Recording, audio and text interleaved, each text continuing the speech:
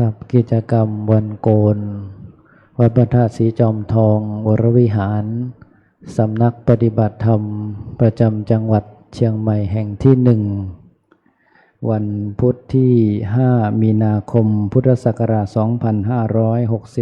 2568วันนี้ตรงกับวันขึ้น7ค่ำเดือน4วันนี้ได้เวลาสมควรกล่าวจะได้ขอน้อมกราบพระรัตนาพระเดชพระคุณท่านเจ้าคุณพระอมรเวทีได้เมตตากดสวิตช์ไฟเครื่องนมัสการบูชาพระรัตนตรัยเบื้องหน้าโต๊ะหมู่บูชาขอน้อมกราบพระรัตนาด้วยความเคารพครับอาราธนาพระสงฆ์สามเณรเจริญพรอุบาสกอุบาสิกาทุกท่านได้ประคองอัญชลี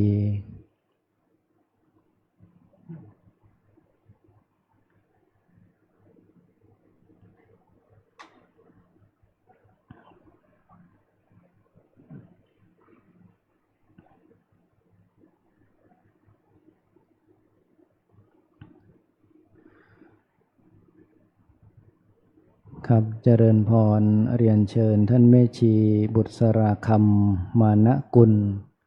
ได้เป็นตัวแทนอุบาสกอุบาสิกาน้อมกดสวิตช์ไฟเครื่องทองน้อยเครื่องล่างเพื่อบูชาพระเดชพระคุณหลวงปู่พระพรหมมงคล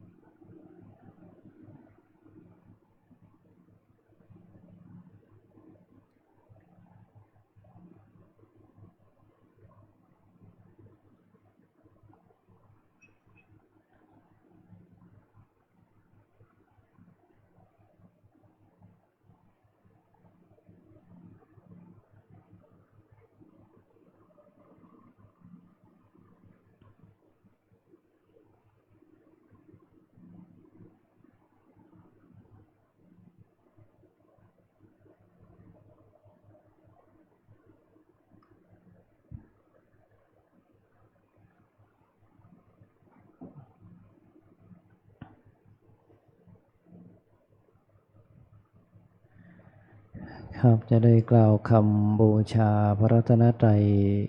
โดยความพร้อมเพรียงกันนะครับอิมินาสการเนะตังพุทธังอภิปูชยามะอิมินาสการเนะตังธัมมังอภิปูชยามะอิมินาสการเนะตังสังฆังอภิปูชยามะอะระหังสัมมาสัมพุทโธภควาพุทธังภควันตังอภิวาเทมิสุวากขาโตภควตาธัมโมธัมมังนัมมัสสามิสุปฏิปันโนภควโตสาวกสังโฆสังฆังนะมามิหันธรรมยังพุทธัสสะภควโตปุพพาคณมกาดังกะโรมาเซนะโมตัสสะภะคะวะโตอะระหะโตสัมมาสัมพุทธัสสะนะโมตัสสะภะคะวะโตอะระหะโตสัมมาสัมพุทธัสสะนะโมตัสสะภะคะวะโตอะระหะโตสัมมาสัมพุทธัสสะหันธรรมยังพุทธานุสตินะยังกโรมาเซอิติปิโสภะคะวะอะระหังสัมมาสัมพุทโธเวชชาจารณะสัมปันโนสุขโตโลกวิทู อนุตตโรปุริสธรรมสารถิสัทธาเทวมนุษย์สานังพุทโธภควาติกายเยนวาจายวเจตสาวาพุทเทกุกัมมังปะกตังมยายังพุทโธปฏิคันหาตัวเจยันตังกาลันตะเรสังวริตุงวะพุทเทหันธรรมยังธรรมานุสตินยังกโรมาเสสวาคาโต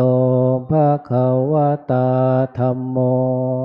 สันทิฏฐิโกอากาลิโกเอหิปัสสิโกโอปัญญิโกปัจจตังเวทิตาโพ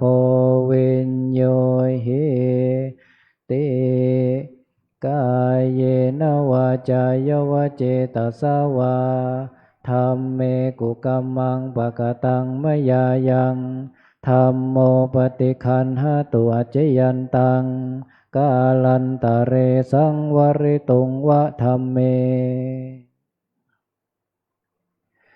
หันธรรมยังสังขานุสตินยังกโรมาเสสุปฏิปันโนภะคะวะโตสาวกสังโฆโอชุปฏิปันโนภะคะวะโตสาวกสังโฆยายาปฏิปันโนภะคะวะโตสา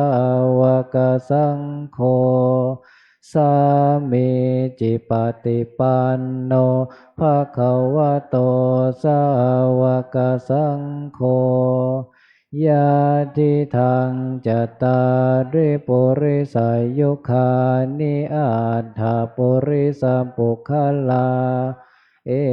สัมภะคะวะโตสาวกสังโฆอาหุนายโยปาหุนายโยทักขินายโยอัญชลิกรณิโยอนุตตรังปุญญเขตังโลกัสสาติกายเยนวาจายวเจตสาวาสังเคกุกัมมังปะกตังมยายังสังโฆปฏิคันหาตัวเจยันตังกาลันตะเรสังวริตุงวะสังเค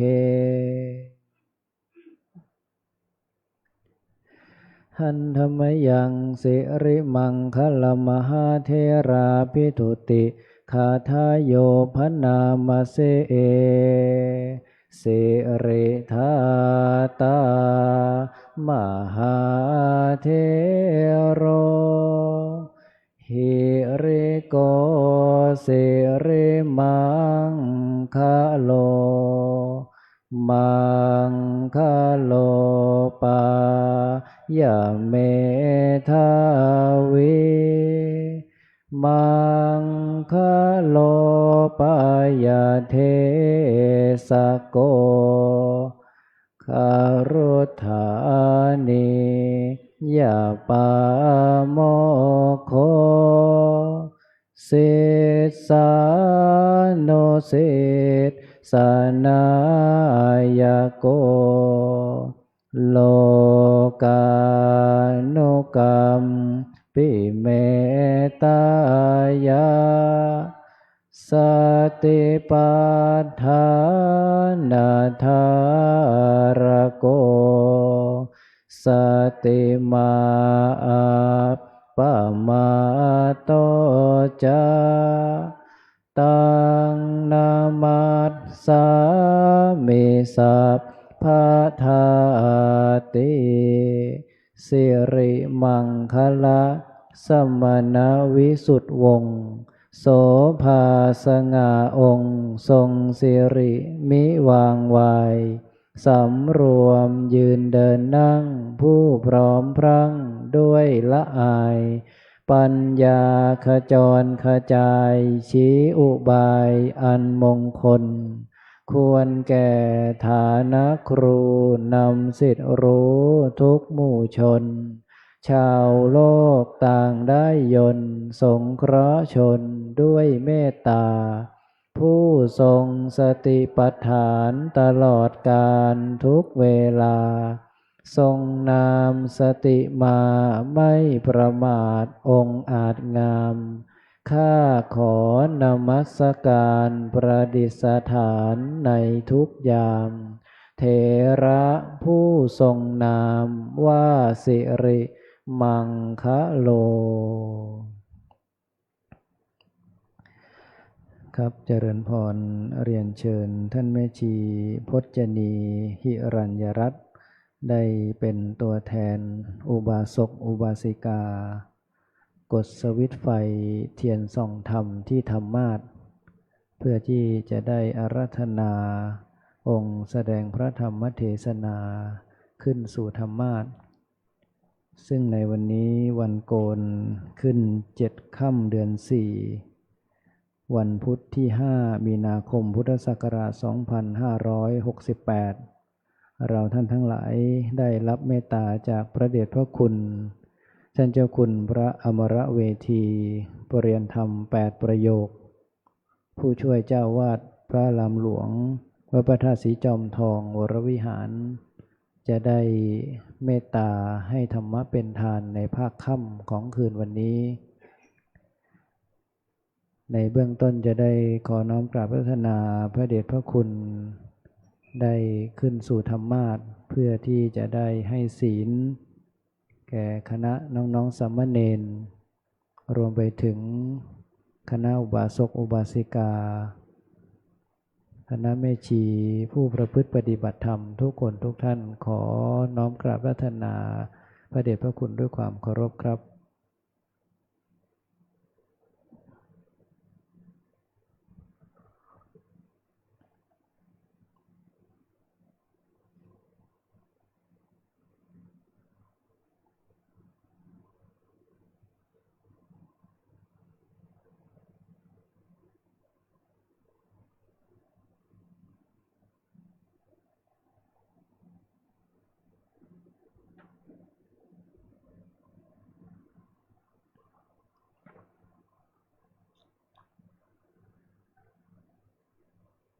ครับนิมนต์คณะน้องๆสามเณรได้นั่งอย่างเบื้องหน้าธรรมาสน์จะได้สมาทานทัสสศีลรวมไปถึงสวดสาธยายสามเณรสิกขาขอนิมนต์นะครับ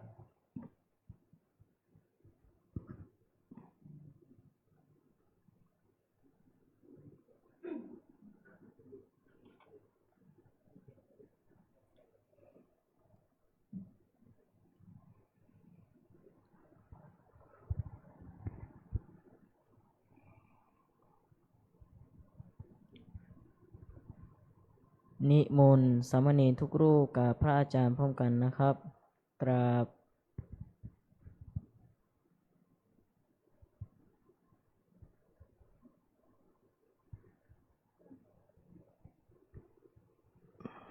มายังพันเต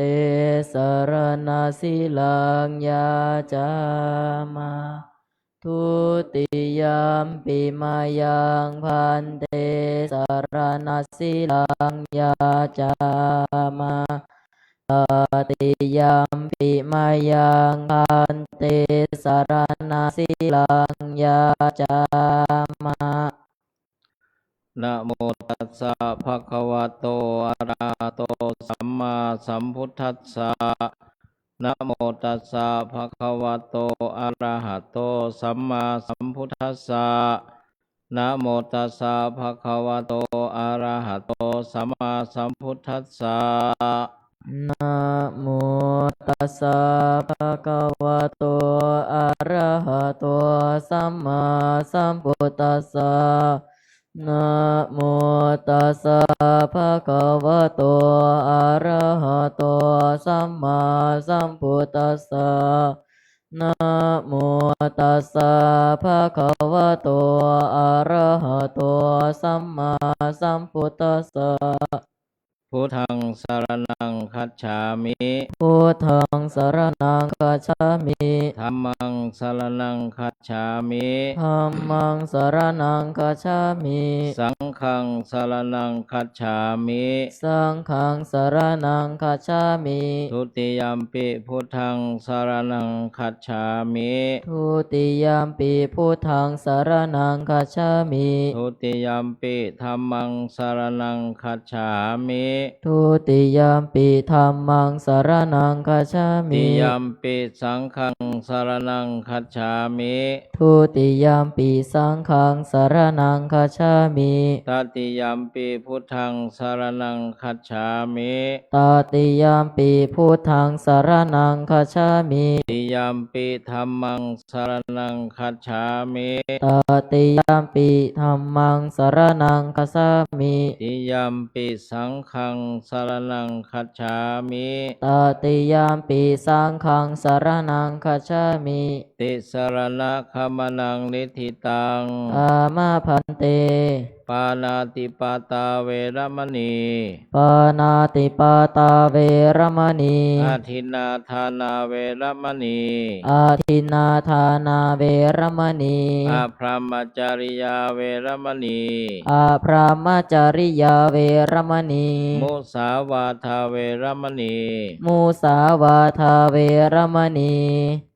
สุราเมรยมัชฌปมาทฐานาเวรมณี สุราเมรยมัชฌปมาทฐานาเวรมณี วิกาลโภชนาเวรมณี วิกาลโภชนาเวรมณี นัจจคีตวาทิตะวิสุกัทัสนาเวรมณี นาจาคีตวาทิตาวิสุกัทัสนาเวรมณี มาลาคันทะวิเลปนะธารณะมันดนะวิภูสนัฏฐานาเวรมณี มาลาคันทาวิเลปนาธารณามันดานาวิภูสนาฐานาเวรมณี อุจจาสยนะมหาสยนาเวรมณี อุจจาสยนามหาสยนาเวรมณี ชาตรูปารัชตะปฏิฆานาเวรมณี ชาตารูปราชตปฏิฆานาเวรมณี อิมานิทัสสะสิกขาปทานิสมาธิยามิ อิมานิทัสสะสิกขาปทานิสมาธิยามิอิมานิทัสสะสิกขาปทานิสมาธิยามิอิมานิทัสสะสิกขาปทานิสมาธิยามิกราบ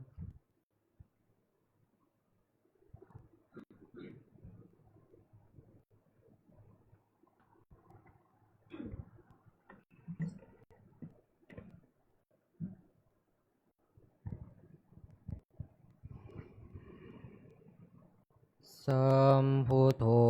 โลเกอุปันโนมหาการุณิโกมุนีธัมมาจักขังปวัตเตตวะโลเกอปาติวัตติยังโลกัสสะสังขาหังกาตุงจาริตวะโลกัจจาลิกังติวิทังโลเกสัทธัมมังสัมมาเทวะปวัตติยังอนุปุเพนะสาวัตถิงปัตตวาเจตวเนวสังสัมมาเนรานังนิสายาจิตังคาทานุสิกิตุงอานุญญาสิทัสสะสิกขาสัมมาเนเลหิสิกิตุงสัมมาเนลานังทัสสังฆังสิกขาปะทังปะนามาเสสัมมาเนลานังทัสสะสิกขาปะทานิเตสุจัสสัมมาเนเลหิสิกิตุงปานาติปาตาเวรมณีอาทินนาทานาเวรมณีอาพรหมจาริยาเวรมณี มุสาวาทาเวรมณีสุราเมรยามัจจปมาทฐานาเวรมณีวิกาลโภชนาเวรมณีนาจักขีตวาทิตาวิสุขทัสสนาเวรมณีมาลาคันธาวิเลปนาธารณาบันดานาวิภูสนัฏฐานาเวรมณีปุจจาสยนามหาสยนาเวรมณีชาตารูปราชตาปฏิกหนาเวรมณีติ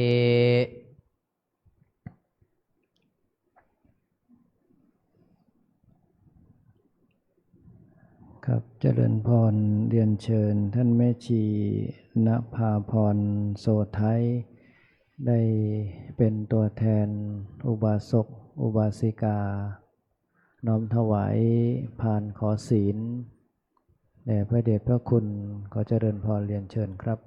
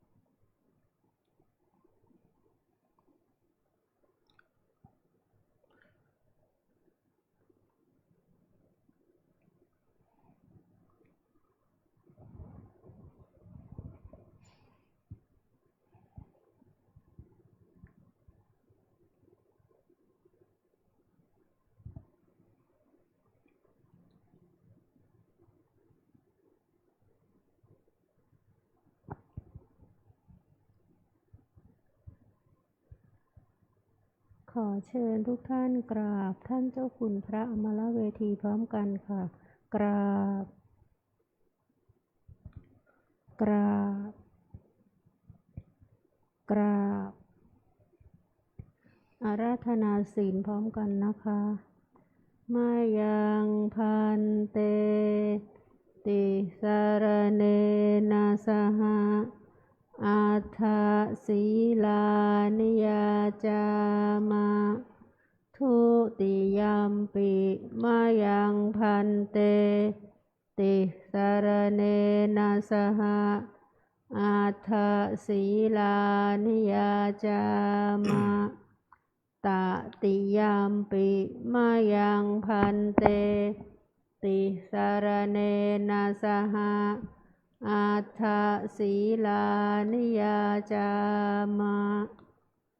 นะโมตัสสะภะคะวะโตอะระหะโตสัมมาสัมพุทธัสสะ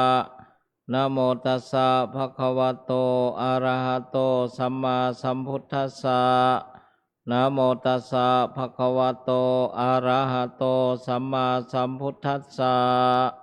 นะโมตัสสะภะคะวะโตอะระหะโตสัมมาสัมพุทธัสสะนะโมตัสสะภะคะวะโตอะระหะโตสัมมาสัมพุทธัสสะนะโมตัสสะภะคะวะโตอะระหะโตสัมมาสัมพุทธัสสะ พุทธังสรณังคัจฉามิ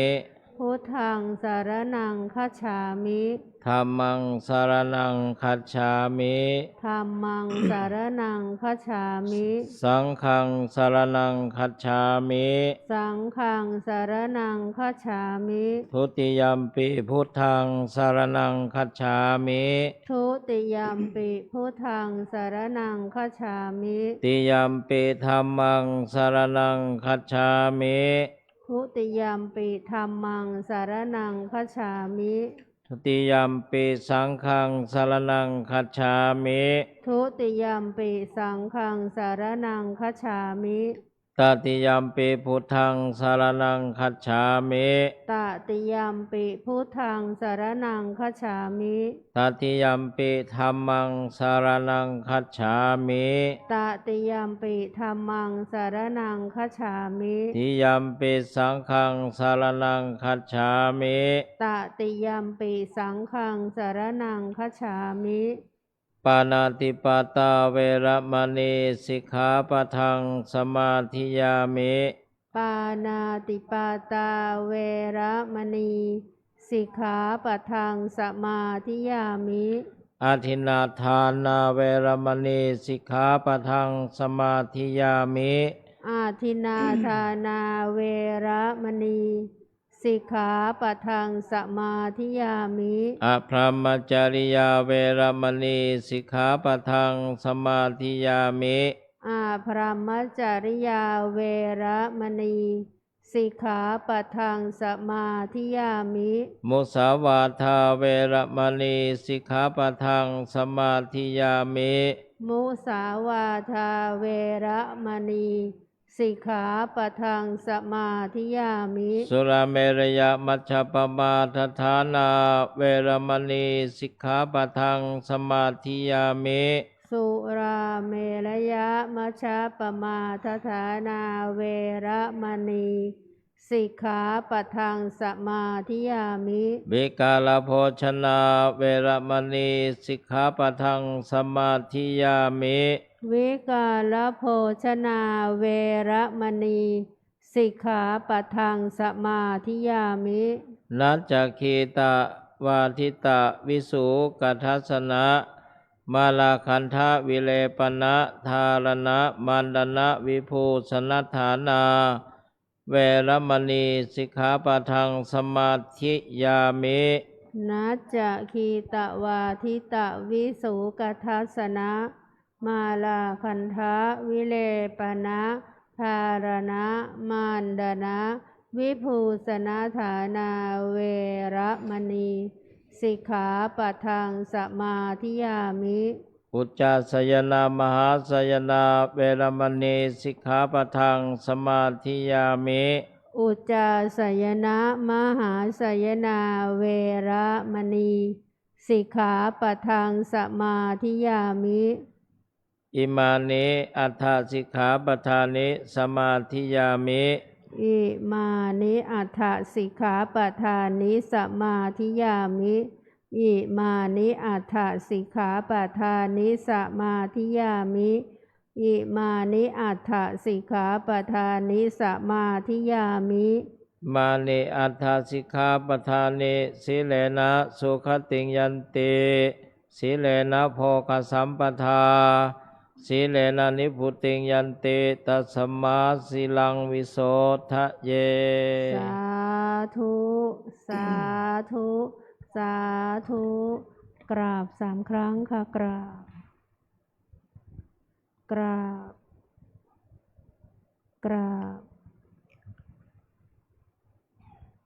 ครับเจริญพรเรียนเชิญท่านแม่ชีราศีอินทรวิชัย ได้เป็นตัวแทนอุบาสกอุบาสิกา น้อมกดสวิตช์ไฟ เครื่องทองน้อยเครื่องบน เพื่อพระเดชพระคุณหลวงปู่พระพรหมมงคลบูชาธรรมและหลังจากนั้นคณะอุบาสกอุบาสิกาจะได้ร่วมกันกล่าวคำอาราธนาธรรมตามลำดับสืบต่อไปนะครับ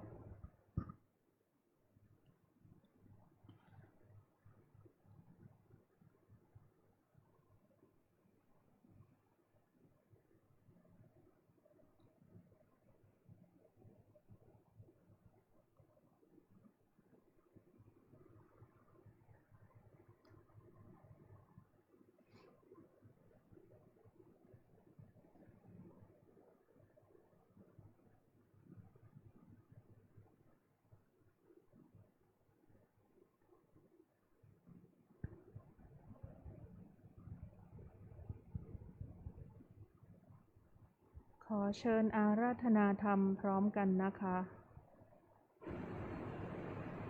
พระมาจะโลกา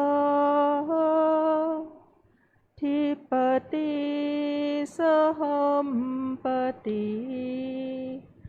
กตัญชลีอานาทิวรังอายาจทังสันติทัสสะตาปาราชาคาชาติกาเท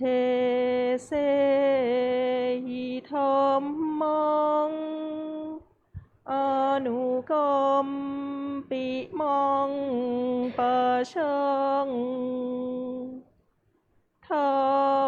สหัมบดีพรหมเป็นบรมในพรหมาทรงฤทธิ์ที่ศักดากว่าบริษัททุกหมู่พรหมน้อมหาดนามัสการประดิษฐานหน้าที่สมควรแล้วจึงบังคมชุลีบาทพระศาสดาขอพรอันประเสริฐวรเลิศมโหฬารปวงสัตว์ในโลกากิเลสน้อยก็ยังมีขอองค์พระจอมปราดสู่ทันมาศอันรู้จีโปรดปวงประชานีท่านจงโปรดแสดงธรรมนิมนต์ท่านเจ้าข้าผู้ปรีชาอันเลิศล้ำโปรดแสดงพระสัทธรรมเทศนาพระวาทีเพื่อให้สำเร็จผลแก่ปวงชนบรรดานี้ศพสุขเกษมสีสมดังเจตนาเทินอาราธนังกโรมา ขอน้อมกราบสักการะเคารพอภิวาทวันธนาการพระบรมทักขิณโมลีธาตุพระบรมธาตุเจ้าจอมทองขอน้อมถวายสักการะเคารพอย่างสรีระธาตุขันธ์แห่งพระเดชพระคุณหลวงปู่พระพรหมมงคลหลวงปู่ทองสิริมังคละมหาเถระ อดีตเจ้าวาดวัดพระธาตุศรีจอมทองวรวิหารและอดีตที่ปรึกษาเจ้าคณะภาค7ด้วยความเคารพอย่างสูงยิ่งขอโอกาสเพื่อนสาธมิกพระภิกษุสามเณรทุกรูปเจริญพรญาติโยมบาสุกบาสิกาแม่ชีโยคีผู้ปฏิบัติธรรมทุกท่าน ลำดับจากนี้จะรับประทานแสดงพระธรรมเทศนาในวันโกนสืบไป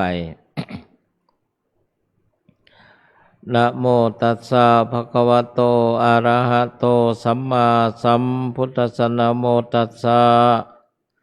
ภะคะวะโตอะระหะโตสัมมาสัมพุทธัสสะนะโมตัสสะ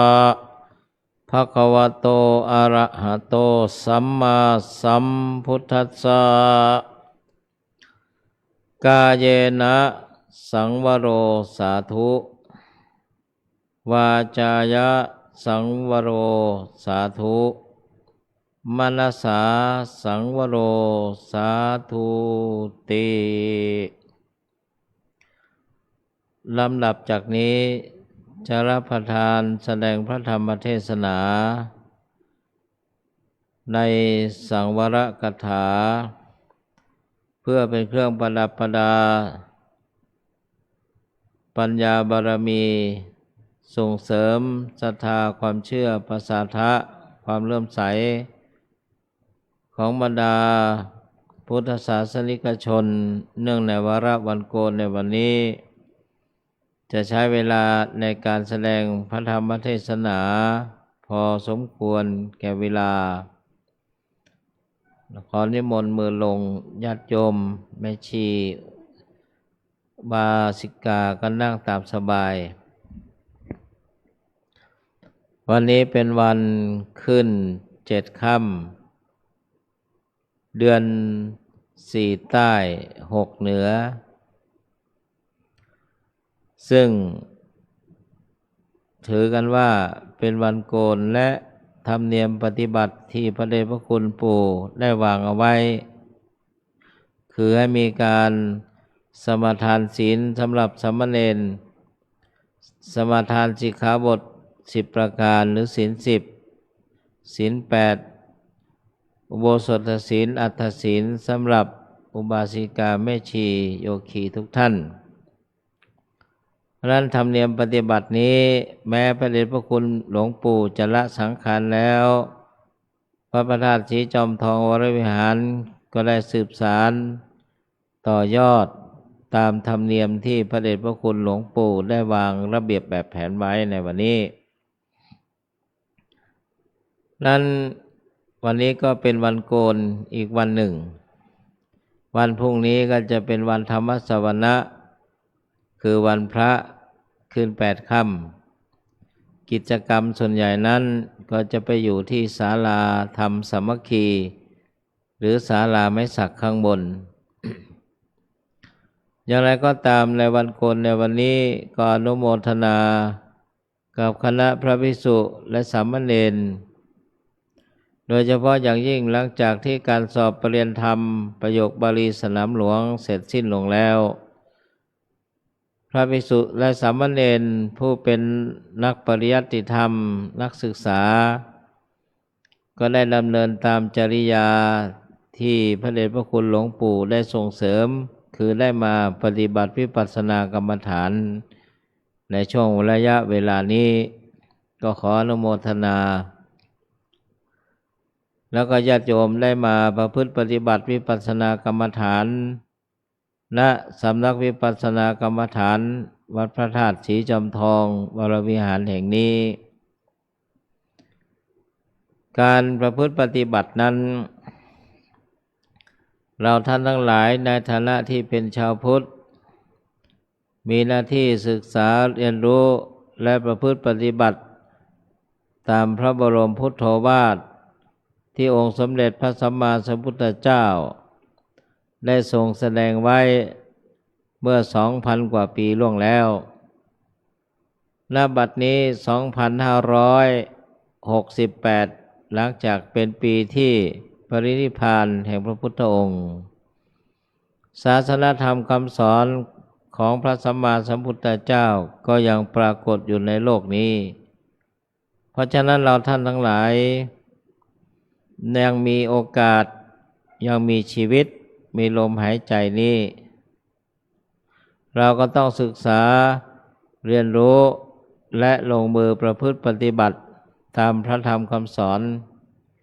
ที่สมเด็จพระพุทธบิดาคือพระสัมมาสัมพุทธเจ้าได้ทรงแสดงเอาไว้ญาติโยมท่านทั้งหลายนั้น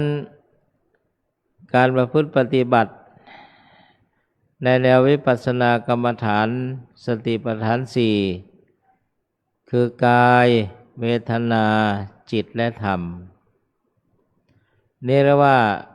เป็นหลักเป็นฐานที่มั่นเป็นที่ตั้งอารมณ์กรรมฐานที่โยคาวาจรหรือโยคีบุคคลจะพึงมนสิการคือใส่ใจและกำหนดพิจารณา ก็คือการประพฤติปฏิบัติวิปัสสนากรรมฐานนี้ญาติโยมท่านทั้งหลายเพราะฉะนั้นลำพังการเรียนรู้อ่านศึกษายังไม่ลงมือประพฤติปฏิบัตินั้นก็ยังเป็นเพียงปริยัติเท่านั้น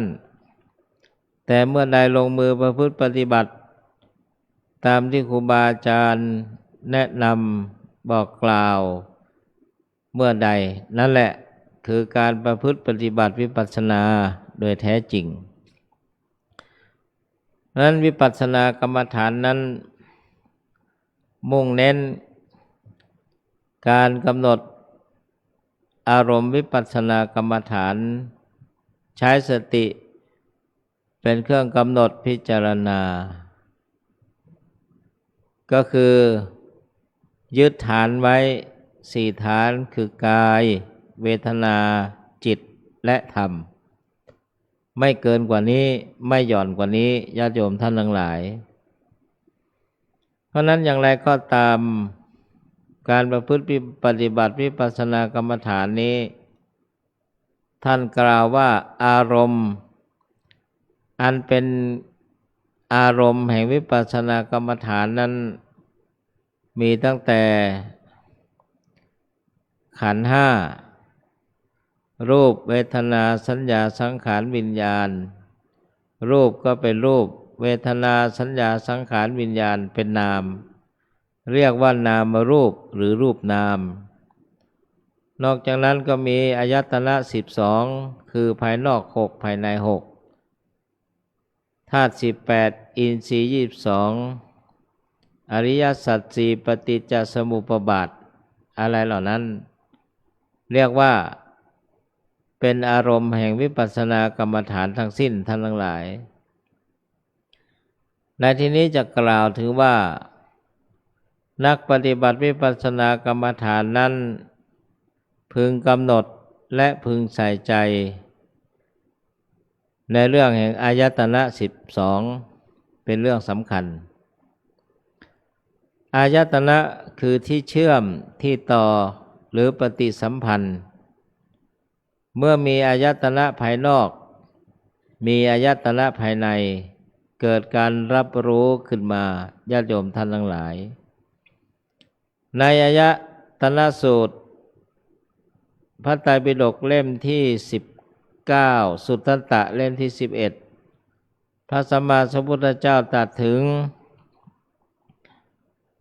อริยสัจสี่ที่มีความเกี่ยวข้องและมีความเกี่ยวเนื่องกับอายตนะ12คือที่ต่อนี้อายตนะภายนอกอายตนะภายในรูปเสียงกลิ่นรสโผฏฐัพพะและธรรมารมณ์นี้เรียกว่าเป็นอายตนะภายนอกอายตนะภายในตาหูจมูกลิ้นกายใจนี่เรียกว่าเป็นอายตนะภายในญาติโยมท่านทั้งหลายพระพุทธองค์ตรัสบอกว่าดูก่อนภิกษุทั้งหลายสิ่งที่จะพึงพิจารณาใส่ใจนั้นคืออายตนะ12ที่จะเป็นเหตุควรพิจารณาถึงอริยสัจสี่คือทุกขสัจ2ทุกขสมุทัยสัจ3ทุกขานิโรธสัจ4ทุกขานิโรธคามินีปฏิปทาริยสัจญาติโยมท่านทั้งหลายความจริงของพระอริยเจ้าทั้งหลายที่เรียกว่าอริยสัจสี่นี้เป็นความจริงแท้ที่ประเสริฐที่พระสัมมาสัมพุทธเจ้าตรัสไว้ทุกขะอริยสัจคืออะไรก็คือความทุกข์กายทุกข์ใจต่างๆที่มีมากมายหลายประการนั้นเราท่านทั้งหลายที่เป็นมนุษย์ปุถุชนนี้ ย่อมประสบพบเห็นไม่มีใครที่จะล่วงพ้นไปได้เป็นธรรมดาเพราะเรายังเป็นปุถุชนนั้นเพื่อเป็นปุถุชนนั้นพัฒนาตนยิ่งขึ้นไปสู่ความเป็นกัลยาณปุถุชนคือคนดีงามผู้มีความประพฤติแบบอริยชนถ้าหากฝึกฝนตน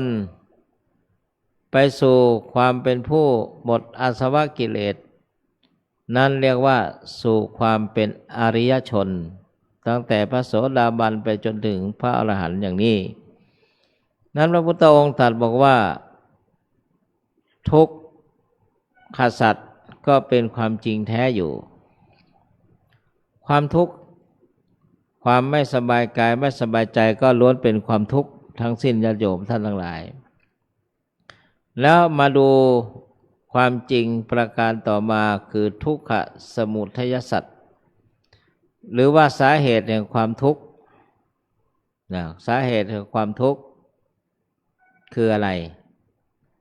ในทางพุทธศาสนานั้นกล่าวกันว่าความเพลิดเพลินความกำหนัดเพลิดเพลินในสิ่งที่น่าใคร่น่าปรารถนาความหลงไหลความมัวเมาความอยากความทะยานอยากนี้เป็นสาเหตุแห่งความทุกข์ทั้งสิ้นเลยจำแนกประเภทตัณหาสามกามตัณหาภวตัณหาวิภวตัณหาความทะยานอยากที่จำแนกประเภทออกสามประเภทนี้แหละเป็นสาเหตุแห่งความทุกข์ญาติโยมท่านทั้งหลายเช่นเมื่อตาเห็นรูปหูได้ยินเสียงจมูกได้กลิ่นลิ้นได้รสกายถูกต้องสัมผัสเย็นร้อนอ่อนแข็งตึงหย่อนร้อนหนาวหรือการรับรู้อารมณ์ทางใจ ที่เรียกว่าธรรมอารมณ์นั่นแหละก็ความกำหนัดความเพลิดเพลินในสิ่งในอารมณ์ที่รับรู้ทางตาเป็นต้นที่มันน่าใคร่น่าปรารถนานั่นแหละจิตมันก็หลงไหลมันก็ไหลไปตามกระแสอารมณ์เหล่านั้น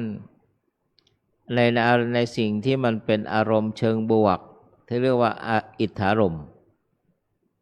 พอไปเห็นรูปที่ไม่น่าปรารถนาเสียงที่ไม่ค่อยพึงพอใจ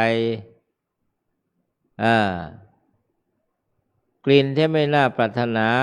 ไม่ชอบใจรสชาติต่างๆที่มันไม่น่าปรารถนาหรือสิ่งสัมผัสอันใดที่ไม่พึงพอใจอย่างนี้เป็นต้นก็เป็นสาเหตุแห่งความขัดเคืองได้ท่านทั้งหลายมันก็เป็นความขัดเคืองในอารมณ์ที่ไม่น่าปรารถนาเหล่านั้นนี่เรียกว่าความทุกข์จะมากจะน้อยหรือไม่ขึ้นอยู่กับแต่ละบุคคลหรือการรับรู้อารมณ์เหล่านั้นท่านทั้งหลายเพราะฉะนั้นการปฏิบัติวิปัสสนากรรมฐานเนี่ยตาเห็นรูปท่านจึงให้กำหนดว่าเห็นหนอเห็นหนอจะดีก็ตามไม่ดีก็ตามรูปที่น่าปรารถนาก็ตามไม่น่าปรารถนาก็กำหนดเห็นหนอเห็นหนอหูได้ยินเสียงดีก็ตามหยาบก็ตามกระด้างน่าปรารถนาหรือไม่น่าปรารถนาไพเราะหรือไม่ไพเราะก็กำหนดได้ยินหนอได้ยินหนออันคนที่มีสติกำหนดพิจารณาเนี่ยพอเห็นอะไรหรือได้ยินอะไรนั้นจะไม่มีปฏิกิริยาในทันทีให้กำหนดเห็นหนอหรือได้ยินหนอ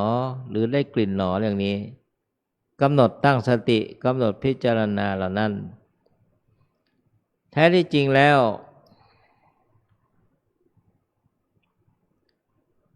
รูปมันก็ไม่ได้เกาะเกี่ยวอะไรกับ รูปที่เป็นอารมณ์ภายนอกมันไม่ได้เกาะเกี่ยวอะไรกับตาที่เป็นอายตนะภายในตามันก็ไม่ได้เกาะเกี่ยวกับรูปภายนอกแต่ว่าความคลัดเพลิดเพลินยินดีที่มันอยู่ข้างในเรานั่นแหละเป็นตัวแปรเป็นตัวกำหนดสำคัญญาติโยมท่านทั้งหลายหรือว่าความ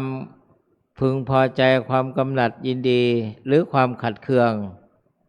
มันอยู่ข้างในนั่นถ้าเราไม่กำหนดพิจารณาอย่างนี้เสียงก็เช่นกันเสียงไม่ได้เกาะเกี่ยวกับหูหูก็ไม่ได้เกาะเกี่ยวกับเสียงแต่ว่าจิตใจข้างในเรานั้นนั่นแหละเป็นตัวเกาะเกี่ยวไว้คือที่ได้บอกตั้งแต่ต้นความชอบใจความไม่ชอบใจจมูกได้กลิ่นจมูกไม่ได้เกาะเกี่ยวกับกลิ่นกลิ่นก็ไม่ได้เกาะเกี่ยวกับจมูกใดๆทั้งสิ้นแหละแต่มันกระทบกันแล้วจิตที่อยู่ข้างในของเรานั่นแหละเป็นสิ่งที่รับรู้ขึ้นมากำหนดรู้ขึ้นมาอย่างนั้นรสมันไม่ได้เกาะเกี่ยวกับลิ้นลิ้นไม่ได้เกาะเกี่ยวกับรสชาติต่างๆแต่การรับรู้ภายในของเราต่างหากญาติโยมท่านทั้งหลายกายก็เช่นเดียวกันโผฏฐัพพะมันไม่ได้เกาะเกี่ยวกับการสัมผัส เย็นร้อนอ่อนแข็งภายนอกมันก็ไม่ได้เกาะเกี่ยวกับกายของเราแต่ว่าการรับรู้ภายในนั่นแหละเป็นตัวเกาะเกี่ยวไว้ธรรมารมณ์ใจก็ไม่ได้เกาะเกี่ยวกับธรรมารมณ์ธรรมารมณ์นั้นก็ไม่ได้เกาะเกี่ยวกับใจของเราแต่ใจของเรานั่นแหละเป็นตัวรับรู้แล้วก็กำหนดภายในรับรู้อารมณ์เหล่านั้นอย่างนี้นี่เรียกว่าปุถุชนคนทั่วไป ไม่กำหนดรู้ไม่กำหนดรู้ด้วยปัญญาและไม่กำหนดด้วยสติจึงเกิดความทุกข์ขึ้นมานี่ที่เรียกว่ากามตัณหาภวตัณหาความทะยานอยากมีอยากเป็นอยากได้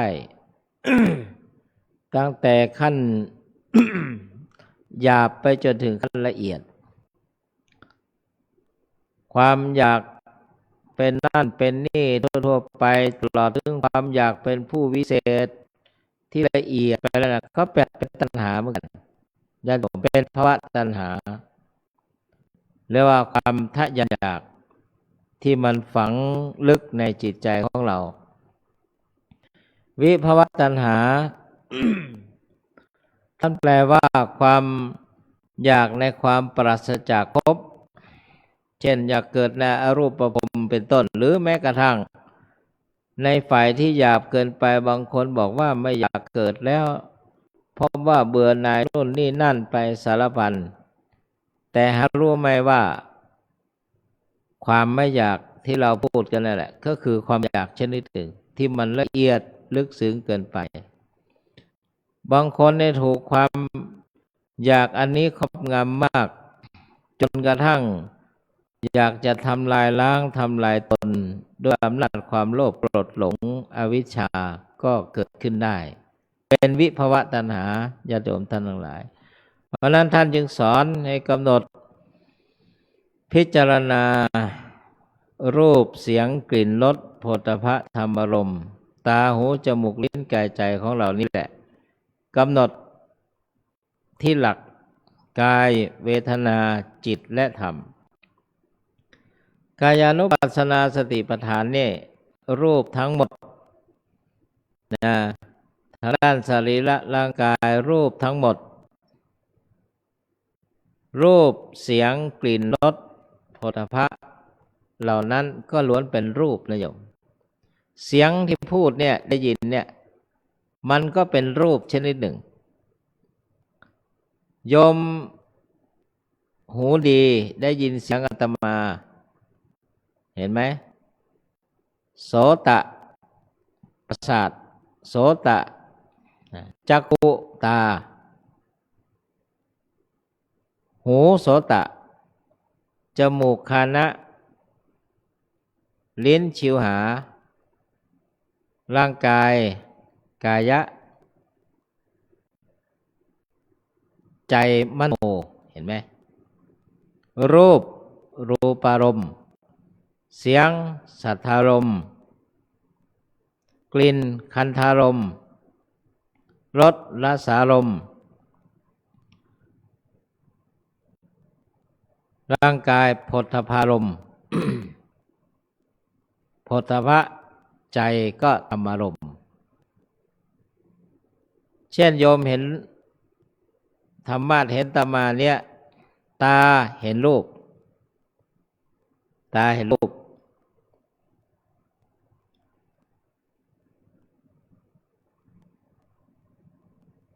ถ้านักปฏิบัติ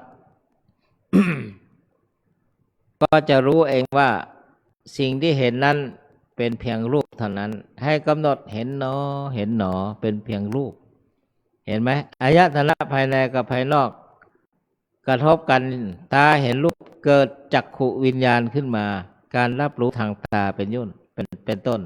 หูได้ยินเสียงเสียงก็เป็นรูปเป็นต้นกำหนดได้ยินหนออย่างนี้นะเรียกว่ากายานุปัสสนาสติปัฏฐานนะการกำหนดสติพิจารณากายแม้กระทั่งกายคตาสติที่เป็นไปในกายก็เป็นกายานุปัสสนาญาติโยมทั้งหลายเวทนานุปัสสนาสติปัฏฐาน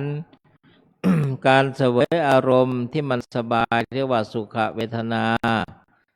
เสวยอารมณ์ที่มันไม่สบายเรียกว่าทุกขเวทนาการเสวยอารมณ์ที่เป็นกลางเรียกว่าอุเบกขาเวทนาก็กำหนด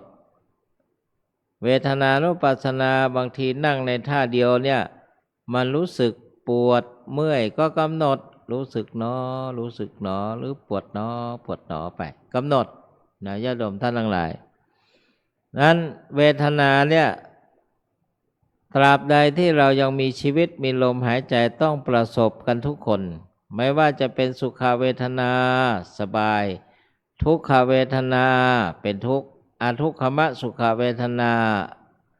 หรืออุเบกขาเวทนาเนี่ยแต่ว่าสิ่งเหล่านี้มันปกปิดไว้เวทนาเนี่ยญาติโยมทุกขังเนี่ยนะมันปกปิดไปด้วยอิริยาบถใหญ่ยืนเดินนั่งนอนเราจะยืนตลอดไม่ได้เราจะเดินตลอดไม่ได้เราจะนั่งตลอดไม่ได้และเราจะนอนตลอดไม่ได้ยกเว้นป่วยติดเตียงนะนี่เรียกว่าอิริยาบถสี่ยังขับเคลื่อนไปอย่างนี้สลับปรับเปลี่ยนอิริยาบถบางทีญาติโยมพอมีอายุขึ้นมาแล้วจะปวดแข้งปวดขาปวดนู่นปวดนี่ก็กำหนดจะรู้เลยนะว่าเวทนานั้นปรากฏหรือว่าวัยกลางคนก็เป็นไปได้นั่นแหละ30 40 50 60เวทนามันก็จะปรากฏได้แต่คนทั่วไปเขาไม่ได้กำหนดเหมือนนักปฏิบัติวิปัสสนากรรมฐานที่ใกล้กำหนดอิริยาบถใหญ่และอิริยาบถย่อยนะญาติโยมท่านทั้งหลายบางทีปวดเขาก็รู้ว่าปวดก็ปวดแต่เขาไม่ได้กำหนดเพียงแค่รู้แค่นั้นนะนั้นเราต้องกำหนดในฐานะนักปฏิบัติวิปัสสนากรรมฐานถ้ามันสุขให้จำไว้เลยว่ามันไม่ทุกข์ไม่เฉยถ้ามันทุกข์มันไม่สุขไม่เฉยถ้ามันเฉยมันไม่สุขไม่ทุกข์เวทนาทั้งสามนี่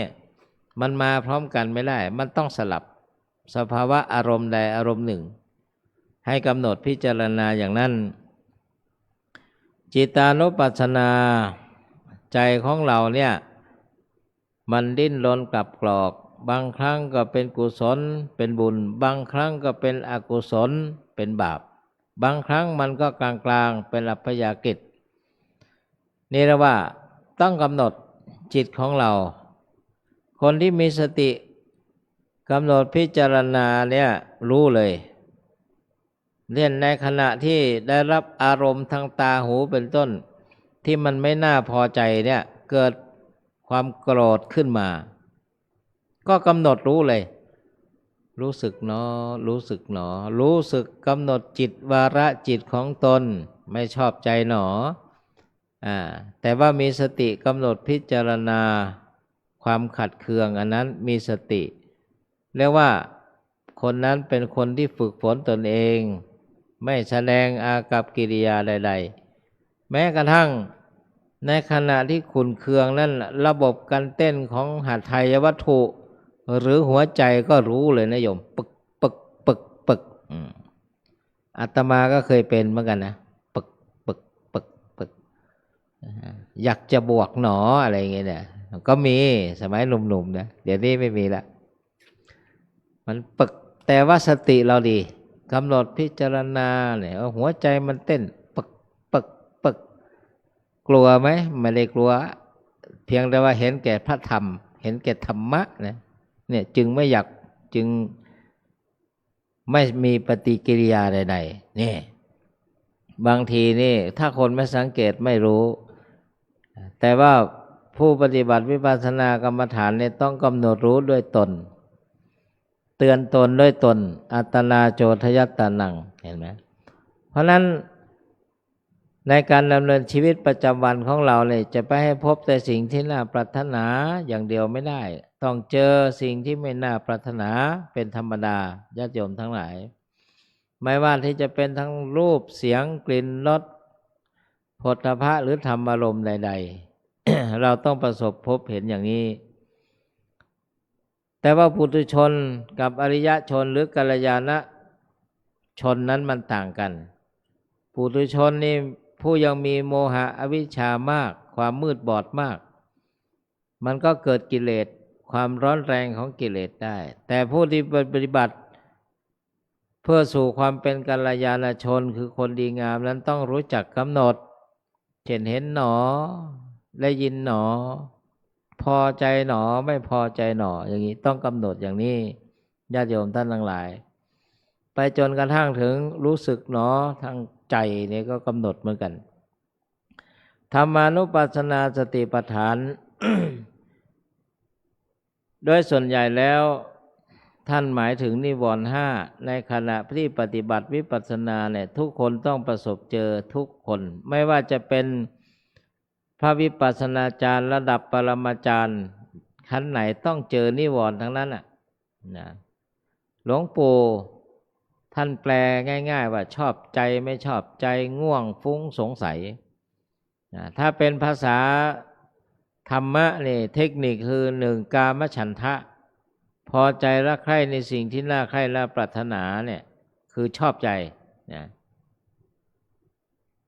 สองพยาบาทไม่ชอบใจ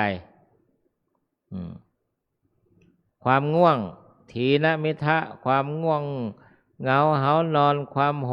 ดหู่เศร้าส้อยท้อถอยหมดกำลังใจนี่ก็เป็นนิวรณ์เหมือนกันแต่ถ้าเราปฏิบัติวิปัสสนากรรมฐานเนี่ยจิตมันจะมีกำลังวังชาขึ้นมาเองที่เรียกว่าควรแก่การงานเรียกว่ากัมมนิยะหรือกัมมัญญะควรแก่การงานขึ้นมาญาติโยมก็สังเกตดิเวลาปฏิบัติวิปัสสนาเนี่ยปรารภความเพียรไม่หิวมื้อเดียวก็อยู่ได้ แต่ถ้าเราไม่ปฏิบัติเนี่ยบางทีก็ไม่ได้ทำอะไรมากทำไมมันรู้สึกหิวมันเหมือนจิตมันหมดกำลังเนี่ยญาติโยมก็คงรู้ดีปฏิบัติวิปัสสนากรรมฐานเนี่ยฉันมื้อเดียวอย่างช่วงอบรมเนี่ยที่ผ่านมาเนี่ย10 นาฬิกาเวลาฉันนะฉันวันนี้10 นาฬิกาบางทีน้ำปานะไม่ฉันวกไปถึง10 นาฬิกาว่าอีกพรุ่งมันยังไม่หิวเลยแต่โยมลองไม่ปฏิบัติวิปัสสนาเนี่ยมันหิวนั่นน่ะอยู่ไม่ค่อยได้เนี่ยให้สังเกตว่าในขณะปฏิบัติเป็นอย่างนั้นเรียกว่าสามารถขจัดถีนมิทะความง่วงเหงาหานอนความหมดกำลังได้4อุทธัจจะกุกุจจะความฟุ้งซ่านและรำคาญใจต้องกำหนดนะท่านยังบอกว่าพ เป็นวิปัสสนาอย่าไปขี้โกรธนั่นเป็นนักวิปัสสนาเลยถึงจะโกรธก็กำหนดรู้สึกเนาะโกรธเนาะโกรธเนาะกำหนดในใจของเราอย่าไปแสดงอาการรักษารูปมวยไว้นะถึงจะโมโหโกรธาไม่ชอบใจโกรธเนาะรู้สึกเนาะไม่ต้องท่องก็ได้กำหนดในใจนะเรียกว่าความฟุ้งซ่านและรำคาญใจบางคนนี่ฟุ้งซ่านคิดโน่นคิดนี่คิดนั่นสารพันบางทีทานข้าวก็ไม่ได้กำหนดคิดโน่นคิดนั่นเนี่ยปรุงแต่งมันไม่กำหนดคือปล่อยสติไว้ไงปล่อยสติไว้ไม่กำหนดบางคนนี่กำหนดย้อนหลังมาคิดไปตั้งนานแล้วเพิ่งจะมากำหนดคิดเนาะคิดเนาะนี่มันไม่ตรงสภาวะเอาเหมือนกันนะเวลาไปสอบอารมณ์กับพระอาจารย์พระวิปัสสนาจารย์ท่านก็รู้ถ้าท่านผ่านการปฏิบัติมาแล้วทุกรูปในวัดพระธาตุสีจอมทองท่านก็รู้ว่าเรานี่ปฏิบัติจริงไหมพูดจริงไหมสภาวะจริงไหมนะท่านจึงไม่ให้สอบอารมณ์กันเองเพราะบางคนนี่มันเล่าสภาวะกันเนี่ยมันอยากจะได้สภาวะอย่างงุ้นอย่างนี้บ้างมันก็เกิดตัณหาขึ้นมาท่านจึงไม่ให้สอบอารมณ์คุยกันมากในคณะปฏิบัติแต่ว่าอุทธัจจะกุกุจจะความฟุ้งซ่านและรำคาญใจต้องกำหนดอย่างนี้แล้วก็วิจิกิจฉาความลังเลสงสัยพอปฏิบัติไปความสงสัยนู่นนี่นั่นเกิดเราก็กำหนดสงสัยหนอสงสัยหนอสงสัยอะไรก็ไปถามครูบาอาจารย์ว่าสงสัยอะไรไปถามพระวิปัสสนาจารย์ถามเมื่อท่านให้ถามนะเมื่อท่านยังไม่ให้ถามก็ยังไม่ต้องถามก็ถามในขณะที่ท่านให้โอกาสถามอย่างนี้นะเรียกว่านิวรณ์ห้าก็ต้องกำหนดพิจารณาอย่างนี้ญาติโยมเพราะฉะนั้นเราในฐานะที่เป็นนักปฏิบัติวิปัสสนากรรมฐานต้องพึงสำรวมระมัดระวังทางกายการเดินการเหินการปฏิบัติต้องระมัดระวังมือเท้าต้องสำรวมอิริยาบถยืนเดินนั่งนอนกำหนดพิจารณาเรียกว่ากายเยนะสังวโรสาธุความสำรวมระมัดระวังทางกายนี้เป็นความดีกำหนดในฐานะที่เป็นนักวิปัสสนากรรมฐานต้องกำหนดยืนเดินนั่งนอนไปจนถึงอิริยาบถย่อยอาบน้ำกำหนดไปพิจารณาจับฝักบัวนุ่นนี่นั่นทำภารกิจต้องกำหนดไปทานอาหารก็กำหนดกำหนดทานเข้าไปที่ตักไปในปากก็กำหนดไปในปากกำหนดรสชาติไปแล้วกำหนดกลืนลงคอไปก็กำหนดพิจารณาอย่างนั้นเป็นความดีงามความสำรวมทางกาย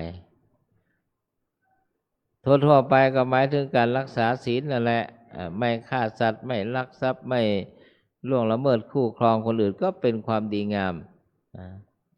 นั้นในขณะที่ปฏิบัตินี่ความสำรวมระมัดระวังมือเท้าก็เป็นความดีงามวาจายะสังวโรสาธุความสำรวมระมัดระวังวาจาในขณะที่ปฏิบัติไม่แสวงหาอารมณ์ที่มันเกินไปเข้ากุฏินี้ออกกุฏินั้นเข้ากุฏินั้นออกกุฏินี้เจอใครก็ทักทายไปทั่วนั้นมันไม่จะเป็นแล้วมันไม่ใช่กิจไม่ใช่หน้าที่ของเราเราก็ทำหน้าที่ของเรามาประพฤติปฏิบัติก็มาทำตามที่ครูบาอาจารย์แนะนำเราไม่จำเป็นต้องเป็นผู้ที่แสดงหรือเป็นตัวเด่นหรืออะไรทั้งนั้นแหละไม่จำเป็นต้องรู้จักใครแล้วก็ไม่จำเป็นต้องใครให้ใครรู้จักเราอาตมาก็เหมือนกันนะเมื่อก่อนกวาดใบไม้ เห็นข้างหลังบอกว่าโยมมาเนี่ยเน้นว่างั้นแต่มองข้างหน้าคงไม่อยากเน้นแล้วมาคิ้วขาวแต่มองข้างหลังแล้วเรียกเน้นเน้นไหน เนนซ้ายไม่ขวาไม่มีเราเนี่ยเรามั่งเนนน่ะนะก็ไม่เป็นไรอาโยมมาทำไมก็ธุระไปไม่ต้องอธิบายเยอะไม่จำเป็นต้องมารู้จักเรา นี่เรียกว่ากำหนดพิจารณาไปการสำรวมระมัดระวังวาจาเป็นความดีงามคือพูดให้น้อยทานให้พอดีปฏิบัติให้มากท่านจะสอนอย่างนั้นนักวิปัสสนาเนี่ยอย่าไปนอนให้มากทานให้เยอะคุยให้เยอะเนี่ยสมาธิหายนะโยมไม่เชื่อลองดูเชื่อลองดูคุยเยอะๆไปนู่นนี่นั่นนะฟุ้งซ่านไม่ได้สมาธิเลยการที่ท่านให้คุยน้อยให้คุยพอดีเท่าที่จำเป็นเพราะรักษาพลังงานทางจิตไว้นั่นก็คือสมาธินั่นเองความที่จิตตั้งใจมั่นอย่างนี้นะอย่างแม่ราศีเนี่ยวิริยินทรีย์แก่กล้าเลยนะคือวิริยะเห็นจูงจักรยานเนี่ยอาตมายังไม่เคยเห็นแม่ปั่นจักรยานสักทีเห็นแต่จูงจักรยานรอบวัดทั่วทิศ8 ทิศจูงจักรยานไปถึงโลตัสนั่นนะแล้วก็แต่แม่เขามีสติให้ยอมเขาไม่ขี่จักรยานยอมก็จูงจักรยานจ้าฉันจะคนก็ไม่เป็นไรจูงให้ดีก็แล้วกันนะคุณแม่นะแล้วแม่ก็จูงรอบวัดเนี่ยคนไม่รู้นึกว่าแม่ปั่นจักรยานเนี่ยขอแก้ไขนะแม่ไม่เคยปั่นจักรยานแต่ว่าจูงจักรยานแค่นั้นนะเพราะว่าวิริยะวิรินทรีย์ปรารภความเพียรมากกลางวันคงไม่นอนแล้วบ้างเนี่ย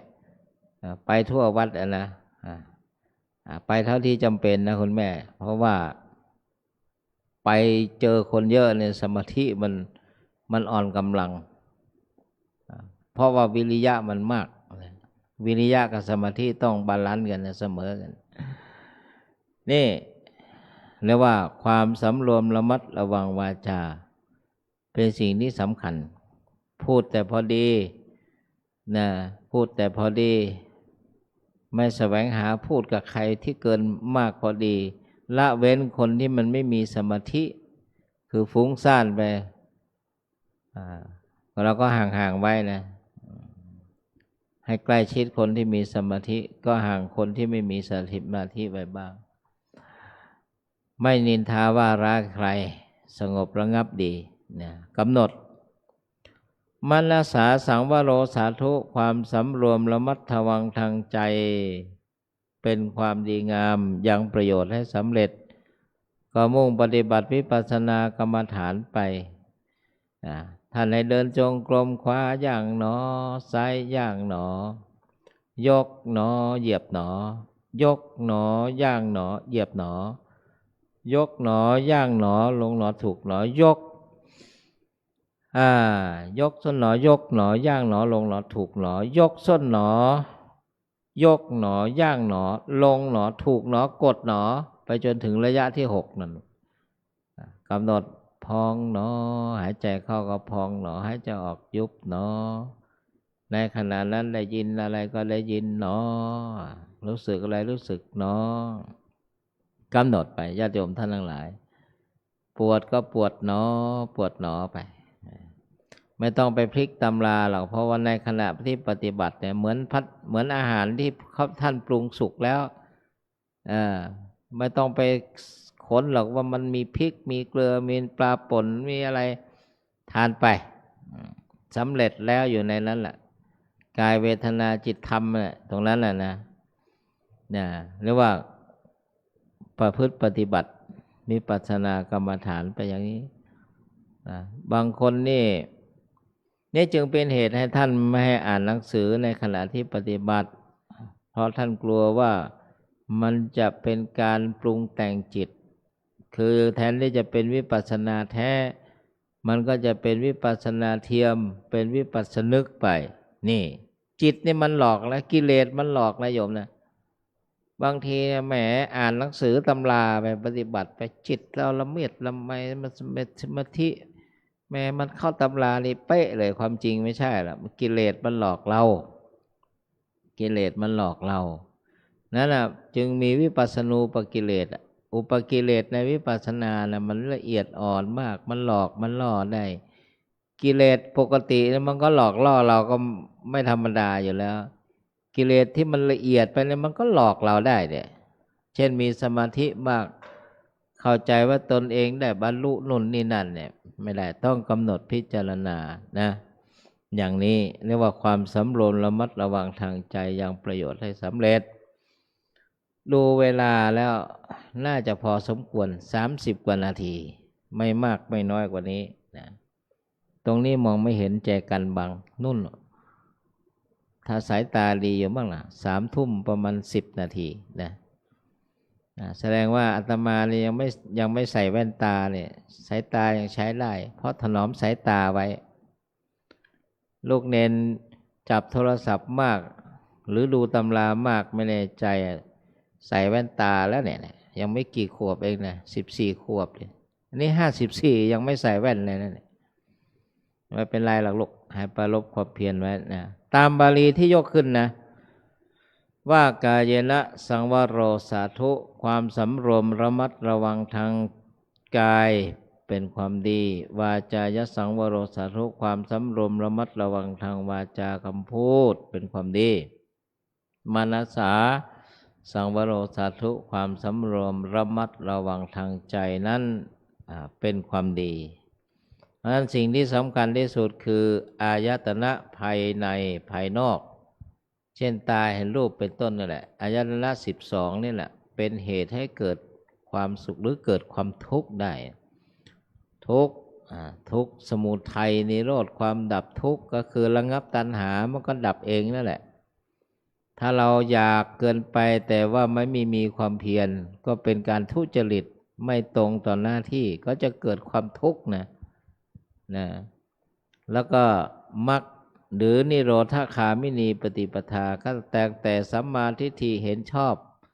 พูดชอบเจรจาชอบการงานชอบเลี้ยงชีพชอบพยายามชอบสมาธิชอบตั้งสติชอบสัมมาสติสัมมาสมาธิเนี่ยตั้งใจชอบคือการปฏิบัติวิปัสสนากรรมฐานดูเวลาพอสมควรเทศนาปริโยสเนในการเป็นที่สุดลงแห่งการแสดงพระธรรมเทศนาด้วยอนุภาพคุณพระศรีรัตนตรัยคือพระพุทธพระธรรมพระสงฆ์อานิสงส์ที่ทุกท่านประพฤติปฏิบัติธรรมในกุศลจริยาเป็นพลวะปัจจัยให้ทุกท่านปราศจากทุกโศกโรคภัยปัตถวกาวรตราย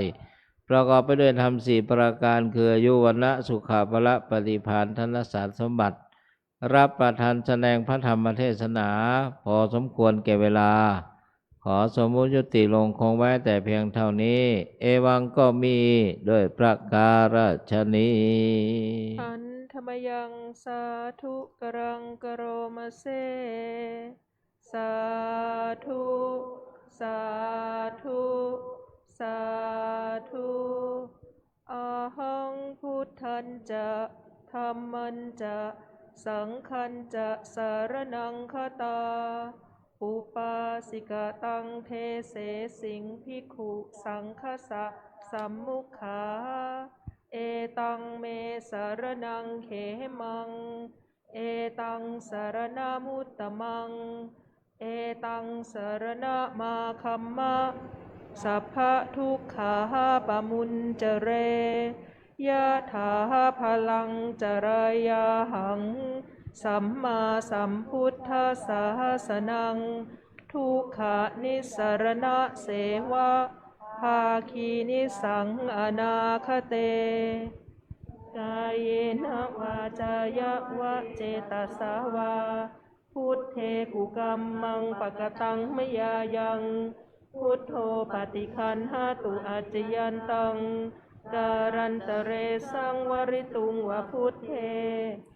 กายเยนะวาจายะวะเจตสาวาธัมเมกุกัมมังปะกตังมยายังธัมโมปฏิคันหาตุอาจยันตัง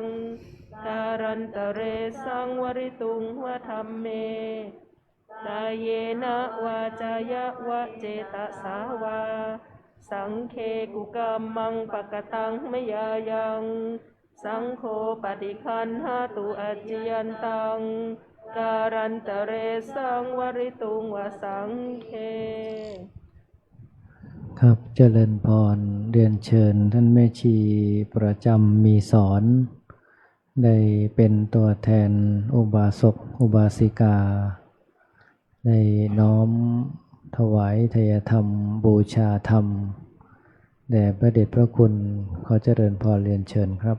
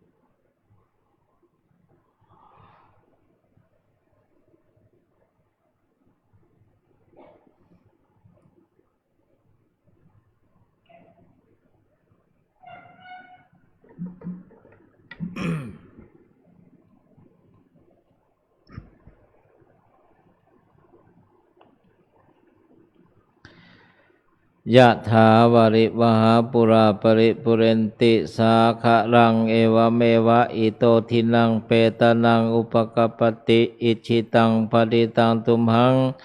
คิปะเมวะสมิจฉตุสเปปุเรนตุสังกปาจันโทปนัสละโสยถามณิโชติระโสยถาเตทารัธาสุขิตาวิรุณหาพุทธศาสเนอโรคาสุขิตาโหทาสาสเปยาติพิชยสิทธิธนังลาพังสุทธิภคยังสุขังพลังสิริอายุจวันโนจะโพคังวุธิจยะสวาสตาวสาจะอายุจชีวสิทธิภวันตุเตสัพพิติโยวิวัชชันตุสัพพะโลโควินัสตุมาเตภวัตวันตรายโยสุขีทีคายุโกภวะอาภิวาทนาสีลิสานิจังวุธาปจายโนจตตารโอธรรมาวัฏันติอายุวโนสุขังพลัง สาธุสาธุสาธุครับพระธรรมเทศนาเนื่องในวันโกนขึ้น7 ค่ำเดือน 4โดยพระเดชพระคุณท่านเจ้าคุณพระอมรเวทีปริยนธรรม8 ประโยคผู้ช่วยเจ้าวาดพระรามหลวงพระเดชพระคุณได้เมตตาให้ธรรมะเป็นทานในภาคค่ำของคืนวันนี้กล่าวกับผมในนามพระภิกษุสามเณรคณะอุบาสกอุบาสิกาสาธุชนทุกคนทุกท่านขอกราบอนุโมทนาขอบคุณในเมตตาธรรมพระเดชพระคุณเป็นอย่างสูงที่ได้เมตตาให้ธรรมะเป็นทาน ในลำดับต่อไปเราท่านทั้งหลายจะได้ร่วมกันปฏิบัติบูชาตามแบบแผนที่พระเดชพระคุณหลวงปู่พระพรหมมงคลได้วางเอาไว้ร่วมกันเป็นระยะเวลาประมาณ10 นาทีกราบอาราธนาทุกรูปและเรียนเชิญทุกท่านณบัดนี้ครับ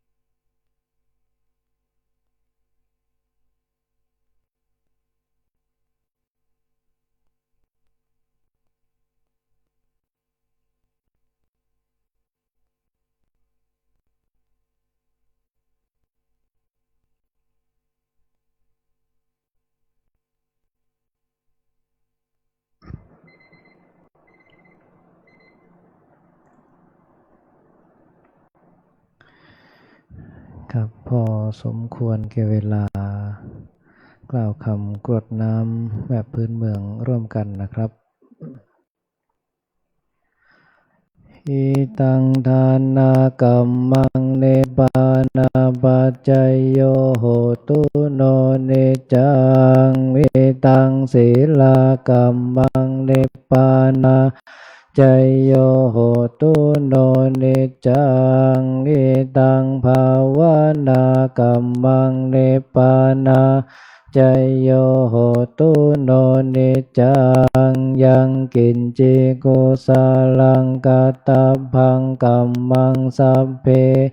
กเตหิกตังปุญญังโนอนุโมทันโตสุนันโตพนโตเยวาอาสัมมิงฐานเนอาทิคาตาทิกายโยกาสันทาหนตุสัพพะตานังสุขีอัตตานังปาริหารันโตมาตาปิตาสุขีหนตุดุขังปะโมจจันโตสัมเพยติกาสุขีตาหนตุดุขังโมจจันโตสัมเพอายาติกาสุขิตาหนตุทุกขามุจจันโตสัมเพปิสาสัมเพยัคขาสัมเพเปตาสุขิหนตุทุกขปะมุจจันโตสัมเพนัคขตาสุขิตาหนตุทุกขามุจจันโตสัพเพเทวาสุขิตาหนตุทุกขามุจจันโตสัพเพอาจาริโยปัจจายาสุขิตาหนตุทุกขาโตสัมภาสัมปตินังสัมมิชันตุโววันธามิพุทธังสัพพังเมโตสังฆามาเมพันเตวันธามิธัมมังสัพพังเมโตสังฆามาธาเมเตวันธามิสังฆังสัพพังเมโตสังฆามาธาเมเตวันธามิกุโลปัจจาจาริเยสัมพังเมโตสังฆามาเมพันเตวันธามิกัมมัฏฐานังสัพพังเมกัมมัฏฐาเมพันเตวันธามิอาราเมภัทธสีมายังสัพพังธรรมเมพันเตวันธามิเจติยังสัพพังสัพพัทธาเนสุปาทิตาสาลีลังธาตุมหาโพ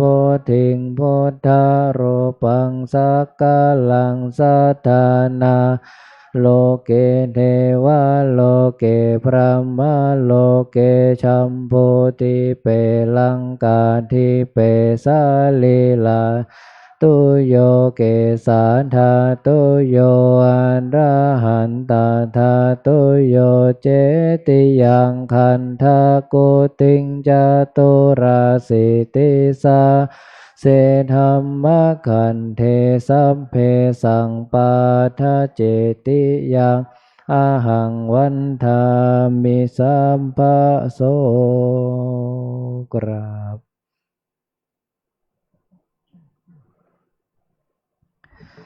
ครับหันหน้าไปทางสรีระสังขารพระเดชพระคุณหลวงปู่พระพรหมมงคลน้อมศีรษะลงวันทาน้อยพร้อมกันนะครับวันทามิพันเตสัพพังอปาราทังคามาธาเมเตมยากตังปุญญังสามินาอนุโมทิตาพังสามินากตังปุญญังไมหังทาตาพังสาธุสาธุอนุโมทามิกราบ